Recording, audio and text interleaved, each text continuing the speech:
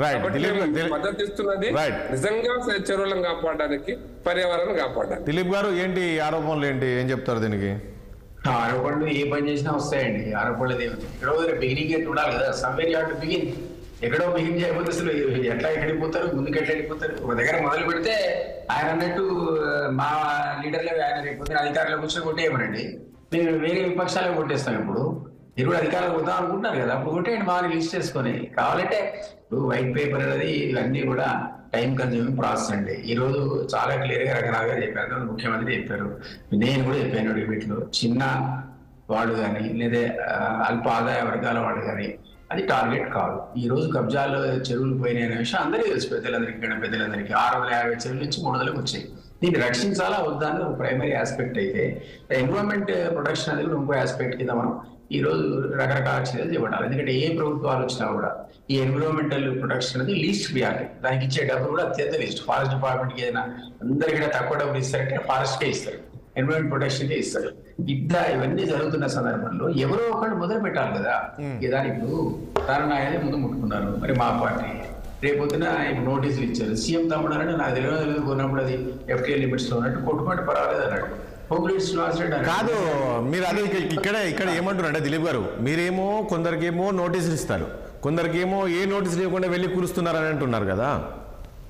ఇప్పుడు ఒకటి మీరు ఎన్కన్వెన్షన్ కూల్చారు, సో ఆ ఎన్కన్వెన్షన్ కూల్చోడానికి ఎవరు తప్పట్లేదు, కానీ దాని ఎన్కన్వెన్షన్ చుట్టూ చాలా ఉన్నాయి కదా, పెద్ద పెద్ద వాళ్ళే ఉన్నాయి, ఇంకా వాటి వైపు మీరు ఎందుకు వెళ్ళలేదు అనేది పరిమిత సిబ్బందితో వాళ్ళకు ఉన్నటువంటి ఎంటైర్ గవర్నమెంట్ మెషినరీ అంతా పెట్టినా హైదరాబాద్ 10 ఏళ్ళ దాకా క్లీన్ చేయలేదండి.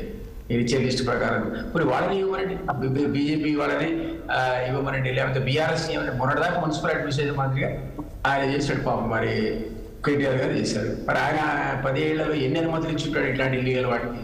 రేపు కావాలంటే దానికి కూడా వైట్ పేపర్ ఇస్తాం. మేము ఏ దగ్గర శ్వేతపత్రం బడ్జెట్ మీద ఇచ్చాము, ఖచ్చితంగా వాటికి కూడా ఇస్తాం. సో మరి అవన్నీ మీరు కళ్ళు మూసుకొని చూసి ఏదో చేశారు అప్పుడు కొంచెం శాంపుల్గా గొడగొట్టి ఆ తర్వాత మన ప్రకాష్ రెడ్డి గారు చెప్పినట్టు కలెక్షన్ చేసుకొని శుభ్రంగా కన్వీనర్ పడుకున్నారు. ఒకసారి ప్రభుత్వం దీని మీద శ్రద్ధ పెట్టట్లేదంటే అధికారుల లోపల అలసత్వం వస్తుంది, అవినీతి కూడా వస్తుంది. ఇవన్నీ జరుగుతున్న సందర్భంలో ఏదో ఒక పని మొదలు పెట్టినాక ఉంటాయి, డెఫినెట్గా ప్రొసీజర్ యాక్సెస్ ఉంటాయి. అంత మాత్రం చేత ఇప్పుడు పబ్లిక్లో మీరు సర్వే చేశారు, మీడియా వాళ్ళు చేస్తే 92% మంది మంచి ఏరియా అన్నారు. ఊరికేనంటారు మంచి ఏరియా. నారాయణ గారు అన్నారు పులి మీద స్వారీ చేస్తున్నాడు, ఇక్కడ రేపు పొద్దున పులి దిగితే ఆయన కాదు. దిలీప్ గారు ఒక పాయింట్ ఇక్కడ కాదు, ఇప్పుడు మీరు కూలుస్తున్నారు, ఓకే బాగుంది, కానీ ఆ పేదల పరిస్థితి ఏంటి? వాళ్ళు ఏదో లోన్లు పెట్టుకోవడం లేదా అప్పు చేసో లేదా ఇంకేదో చేసుకొని కొని ఉంటారు కదా. ఇప్పుడు వాళ్ళ నిర్దాక్షణ వాళ్ళ పరిస్థితి ఏంటి? వాళ్ళు ఈరోజు రోడ్ మీదకి వచ్చారు, వాళ్ళకి ఏమైనా ప్రత్యామ్నాయం చూపించారా? ఇదే అడుగుతుంది. ప్రత్యామ్నాయం చూపించాలి, లేదంటే వెంచర్లు వేసి ఎవరైతే అమ్మినా వాళ్ళ దగ్గర డబ్బులు వసూలు చేయించాలి. పేదలకు ఎవరైతే ఇట్లా వైట్ కార్డు లోపల ఉన్న వాళ్ళందరికీ కూడా ఖచ్చితంగా ఆల్టర్నేటివ్ అనేది ఇస్తారు. ఇప్పుడు వాటి జోలికి పోవట్లేదు, క్లియర్గా చెప్పారన్న వాళ్ళ ఇది ప్రియారిటీ కాదు. ఆ చుట్టుపక్కల పెద్ద పెద్ద కన్స్ట్రక్షన్స్ ఆన్ గోయింగ్ కన్స్ట్రక్షన్ ముందు పడుతున్నాం, వాటి జోలికి మేము పోవట్లేదు అంత క్లియర్ చెప్పినాక మరి ఒకవేళ నిజంగా చేయాల్సిన పరిస్థితి వస్తే ఖచ్చితంగా కాంపెన్సేట్ చేస్తారు. ఎందుకు ఇవ్వరు? ప్రభుత్వం లేదా వెల్ఫేర్ స్టేట్ కాన్సెప్ట్లో ఈ ప్రజలకు డబుల్ బెడ్రూమ్ ఆల్టర్నేట్ సైట్ ఇవ్వకుండా ప్రభుత్వం ఉంటేనే అందరి జనాల మీద రోడ్ల మీద వదిలేసే పరిస్థితి ఉంటుంది. మీరు ఇప్పుడు ఒక పొలిటికల్ పార్టీగా మేము చేయగలుగుతామని చేసి రాబోయే స్థానిక ఎన్నికలనే వాళ్ళు దెబ్బ కొడతారు మమ్మల్ని. సో ఇది చాలా జాగ్రత్తగా ఆలోచించి ఎవరు ఏమైనా సరే ఎవరిని అనుకొని మేము మాత్రం వదిలిపెట్టేది లేదు సీఎం అంత స్పష్టంగా చెప్పి ముందుకు పోతున్న సందర్భంలో విపక్షాలు ఇంక్లూడింగ్ ప్రకాష్ రెడ్డి గారు దాన్ని స్వాగతించారు, మళ్ళీ స్వాగతించాడు. ఎందుకు స్వాగతించారు అంటే లెటర్ అండ్ స్పిరిట్ లో దీని ఎవరు తప్పట్టే పరిస్థితి లేదు. ఇక్కడ అందరూ తెలుసు చెరువులు మాయమైపోయినాయి, కబ్జాలని ఏ పార్టీ కానీ ఉన్నమాట వాస్తవం కదా, దాన్ని ఎక్కడో మొదలు పెట్టారు. కానీ దిలీప్ గారు ఇది స్టార్టింగ్ లో అందరూ స్వాగతించారు మీరు అన్నట్లు, హైడ్రా మంచి నిర్ణయం, కానీ ఇది రాను రాను హైడ్రా మీద కాస్త వ్యతిరేకత వస్తున్నట్లు కనబడుతుంది.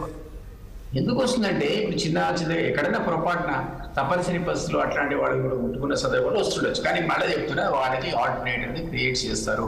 వైట్ కార్డ్ హోల్డర్స్ ఎవరైతే ఉన్నారో, రేషన్ కార్డ్ హోల్డర్స్ ఉన్నారో వాళ్ళకి ఆల్టర్నేటివ్ గా వాళ్ళకి సైట్ ఇల్లు ఇవ్వకుండా ఈ ప్రోగ్రామ్ ముందుకు కొనసాగదు. అది మాకే వ్యతిరేకం అవుతుంది. కానీ ఎవరైతే పెద్ద పెద్ద బడాబాబులు మీరు ముందే నోటీస్ ఇవ్వాలి కదా, ఆయన చెప్పాలి కదా అంటే చూసారుగా తొడగొట్టాడు. అసలు దీని వయసు ఎవరికి చూసాడు దమ్ముంటే ట్యాంక్ బండ్ మీద ఉన్నటువంటి ఆ గవర్నమెంట్ ఆఫీసు గురించి ఈ గవర్నమెంట్ ఆఫీసు గురించి అట్లా వాళ్ళ పరిస్థితి అంటే వాళ్ళని మనం సమర్థిద్దామా?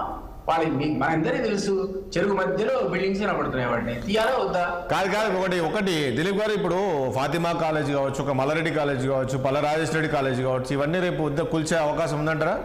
ఖచ్చితంగా కూలగొడతారండి. ఖచ్చితంగా కూలగొడతారు. ఎవరికి స్పేర్ చేసే అవకాశం ఉందని నేను అనుకోను. ఒకవేళ కనుక మేము అట్లా కూలగొట్టకుండా మేము ఉన్నాం అనుకోండి, మీరే కొట్టుకుపోతారు. నన్ను కొట్టాడు వాడిని కొట్టండి అని ఊరుకోరు కదా. పబ్లిక్ అందరూ సమానమే కదా. పబ్లిక్ పొలిటికల్ పార్టీస్ పోతే పబ్లికే పోతారు. ఆయన కోర్టు అడుగుద్ది, బాబు ఈరా బాబు లిస్ట్ వాడికి కొట్టే వీడికి కొట్టలేదు. కోర్టు కూడా ఉంది మధ్యలో వీటన్ని పరీక్షించడానికి. సో నేనంటున్నానంటే ఆ రిస్క్ అనేది ప్రభుత్వం తీసుకోదు. ఖచ్చితంగా అందరినీ సమానంగా చూసే బాధ్యత ఉంటుంది. నేను చెప్తున్నా, ఇది అన్ని జిల్లాల్లో వ్యాపించాలంటే హైదరాబాద్ని పెంచడం కాదు, ఆయా జిల్లాల్లో కూడా ఇట్లాంటి ఏజెన్సీలు కలెక్టర్స్ ట్రై చేస్తున్నారు. ఎందుకంటే దానికి అంత రెస్పాన్స్ వచ్చింది. నేను మన వరంగల్లో కొంచెం కూలగొట్టాను. ఆ కలెక్టర్ టాస్క్ ఫోర్స్ టీంని ఏర్పాటు చేసిన మంచిదే అవేర్నెస్. ఇప్పుడు సామాన్యుడు కొనుక్కోవాలన్నా ఇంకోటి కొనుక్కోవాలంటే జాగా కొనుక్కోవాలంటే 10 పత్రాలు పరిశీలించి అన్ని ఉంటే తప్ప పోలేటువంటి పరిస్థితి ఆల్రెడీ ఆ ఫియర్ వచ్చింది కదా. మీ జ్ఞాపకం ఉంటే మీకు గతంలో కూడా ఆక్యుపెన్సీ సర్టిఫికేట్ అనేది ఉండేది కాదు. తర్వాత మీరు బిల్డింగ్ కన్స్ట్రక్షన్ చేయాలంటే అపార్ట్మెంట్ చేయాలంటే ఒకటి బాట్కే తీసుకోవాలి అధికారికి, మన రిజిస్ట్రార్కి. ఆ తర్వాత వాళ్ళు వచ్చి ఇన్స్పెక్ట్ చేసి డీవియేషన్స్ లేదంటేనే మీకు ఆక్యుపేషన్ సర్టిఫికేట్ ఇస్తున్నారు. ఆ అవేర్నెస్ గతంలో ఉండేది కాదు. చచ్చుకుంటూ ఎవరైనా బిల్డర్ని మనం గతంలో పెట్టేది ఏమంటే వేసేవాడు, అంతే కట్టుకోండి సార్ ఆ ఇన్స్పెక్షన్ ఏకానేవాడు. ఇప్పుడు మీరు పెట్టేది వెళ్తారా, యూ కెనాట్ డూ ఇట్, ఎందుకంటే ఆక్యుపెన్సీ సర్టిఫికేట్ మీకు రాదు. సో అట్లా అవేర్నెస్ క్రియేట్ చేయాల్సిన బాధ్యత అధికారంలో ఉన్నటువంటి ప్రభుత్వానికి, ప్రతిపక్షానికి కూడా. వాళ్ళు కూడా అవేర్నెస్ క్రియేట్ చేస్తేనే ఈ అరాచకం అనేది ఆగిపోతుంది. సో దాని